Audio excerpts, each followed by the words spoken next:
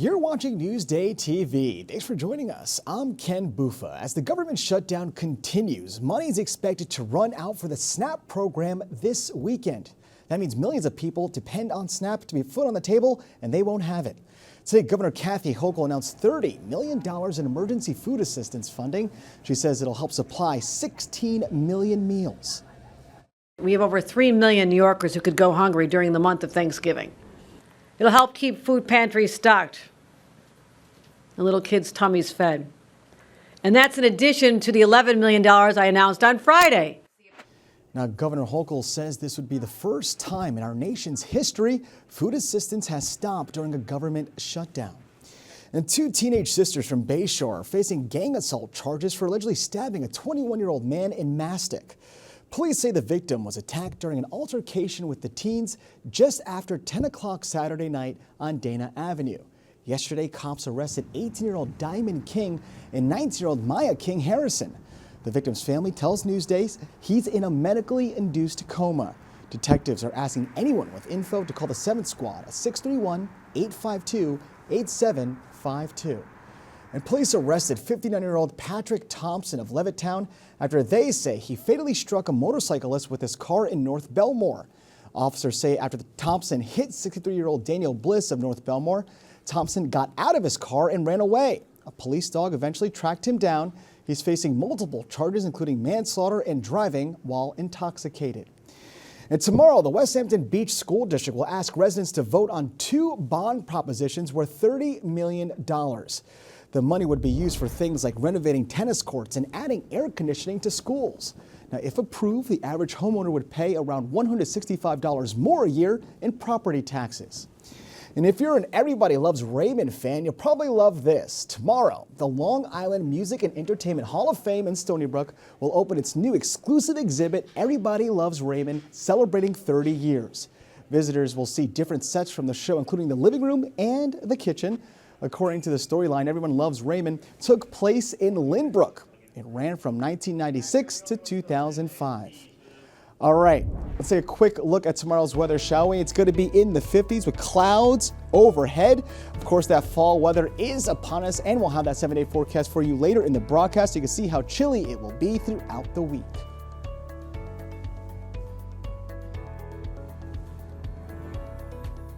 Plans are moving forward for two new apartment and commercial buildings in Huntington Station.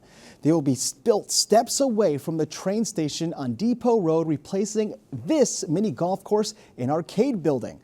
Construction should begin in 2027. We're here in Patchogue, where work has begun on 262 new luxury apartments that local officials hope will make a small dent in Long Island's housing shortage. Patchogue has become the place to be by reinventing itself, as it has so many times through its history. And this latest iteration offers a vibrant cultural space where residents and visitors have access to fine dining, unique boutiques, and great entertainment. This project, 9 years in the making, is made up of 4.08 acres, 262 units in total. It has a small retail component, about 300 square foot grab and go, and the building is highly amenitized. Pool, gym, hot tub, sauna, Peloton bike room. The building does have a 20% affordable component. Some of the units are set aside for the mentally disabled. Some of the units are set aside for veterans housing. For as low as $3,500 a unit, all the way up to $7,500. But for the most part, the average rent in the building is about, on the free market, not including the affordable, is about $4,100 a month. The project is meaningful not just for the village of Patchogue, but for the region and for Long Island in general. It helps make a little ding in the housing crisis that we're having now, and I'm sure it'll lease up pretty quickly.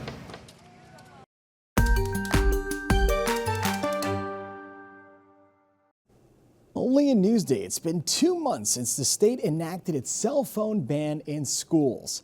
Andrew Anger tells us if it's having an impact in the classroom. Our kids needed us to be bold. Our teachers needed us to be decisive, and that's exactly what we did. When New York Governor Kathy Hochul created a bell-to-bell cell phone ban in schools, there was some initial trepidation and concern with some educators on the island. As a principal, we were very nervous about the cell phone ban. We thought this was going to be like mass protests.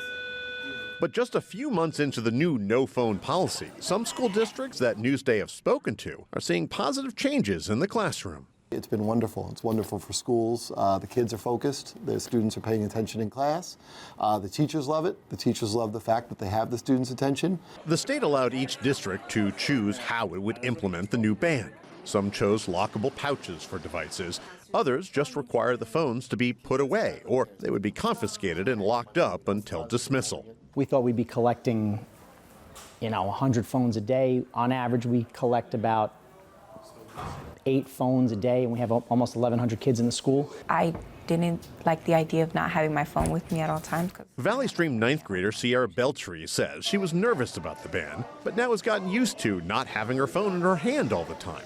Fellow freshman Mia Estrada says she's opening up to other students when she admits she'd probably be scrolling on social media sites. So it's really nice, to interact with kids and play. Now, there were some growing pains with this change, like some districts having to add more wall clocks because students were just used to using their phones, in addition to keeping some students engaged during the non-classroom times.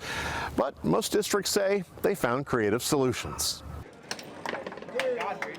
Students are much more talkative to one another. They're actually communicating during lunch. They're playing Uno. They're having conversations. Everybody was always constantly on the screen and wasn't really paying attention to what was really around them and stuff. So I feel like it's a little better. In Farmingdale, Andrew Enger, Newsday TV.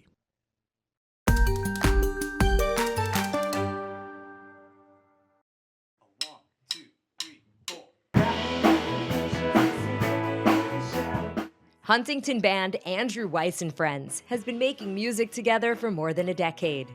Last year, Weiss got a call he'll never forget. From a casting director who I've never spoken to before.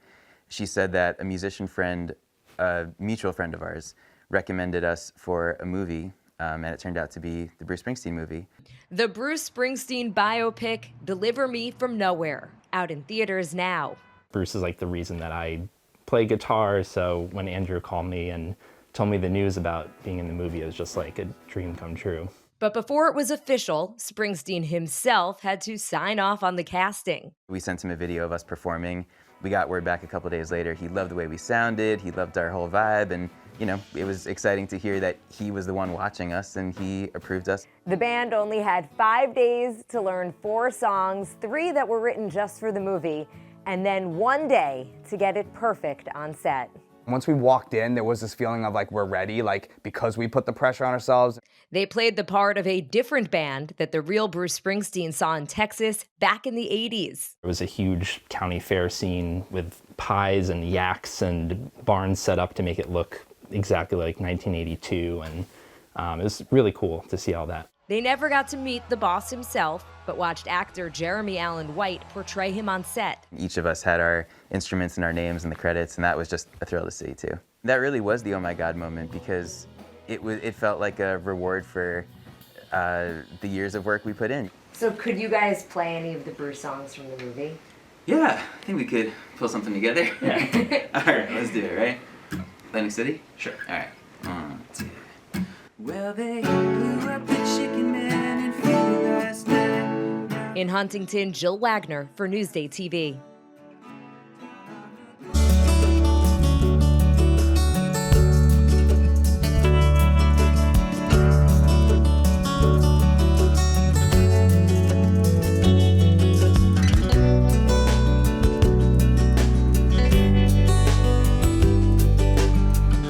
In fall, pumpkin picking is the #1 thing that draws thousands of visitors out to the East End. But there's another activity going on out here this time of year. You can't take part in it, but it is very cool to watch. I'm Doug Geed, out east for Newsday TV.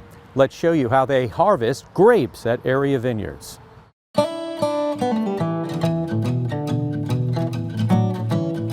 Some pick by hand, others by machine. But everyone who's harvesting this year's grape crop likes the look of the fruit. It's kind of your, dream harvest so far. The whites already we know are going to be nice, so when those get released in 2026, be ready for some really nice whites from Long Island, and hopefully the reds will follow suit. At Pindar Vineyards in Peconic, they have about 300 acres of grapes to bring in every year, which is why they use this huge harvester. It's much more efficient than picking by hand. It basically goes over the rows and some shakers knock the grapes off the vine. They go up to a conveyor, it cleans it up top, and then it puts them in a bin. And then any debris or leaves or stems that go inside, the top of the machine will kind of suck it out and throw it out. And you might be surprised at how much fruit gets picked in just a few drives up and down the rows of grapes. Around 3.5 tons, so 7,000 pounds.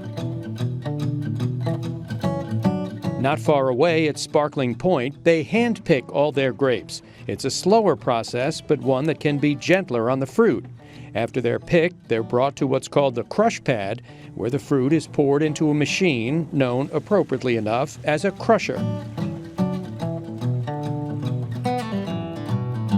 The juice that's extracted is immediately transferred into steel tanks where fermenting begins. And for sparkling wines, which is all they produce at this Southold winery, that's a lengthy process.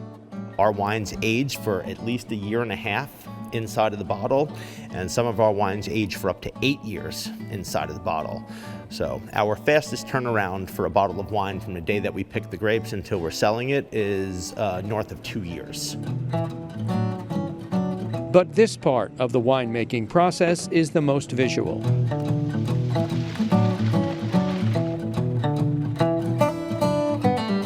In Peconic, Doug Geed for Newsday TV.